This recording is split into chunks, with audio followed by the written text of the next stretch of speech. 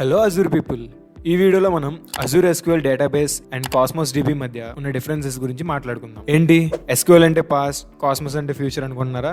అసలు అలాంటి ఆలోచనే తీసేయండి మైండ్లో నుంచి. ఆ క్లారిటీ నేను ఇస్తాను. ఫస్ట్ అజూర్ SQL డేటాబేస్ గురించి మాట్లాడుకుందాం. అజూర్ SQL డేటాబేస్ అనేది మైక్రోసాఫ్ట్ ప్రొవైడ్ చేసిన క్లౌడ్ బేస్డ్ రిలేషనల్ డేటాబేస్. ఇది ప్రైమర్లీ SQL సర్వర్ పై డిపెండ్ అయి ఉంటుంది.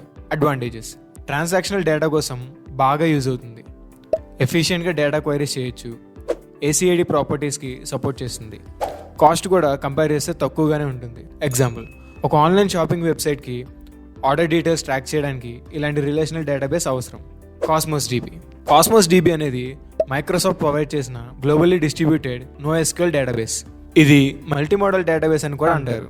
డేటాని హోల్ వరల్డ్ అంతా స్ప్రెడ్ చేయొచ్చు, మిల్లీ సెకండ్స్లో రెస్పాన్స్ వస్తుంది. JSON documents, key value pairs, graph models, column ఫ్యామిలీగా డేటా హ్యాండిల్ చేయొచ్చు. ఎగ్జాంపుల్, ఒక సోషల్ మీడియా ప్లాట్ఫామ్కి రియల్ టైంలో యూజర్ డేటా స్టోర్ చేయడంలో ఈ కాస్మోస్ DB చాలా బాగా హెల్ప్ అవుతుంది.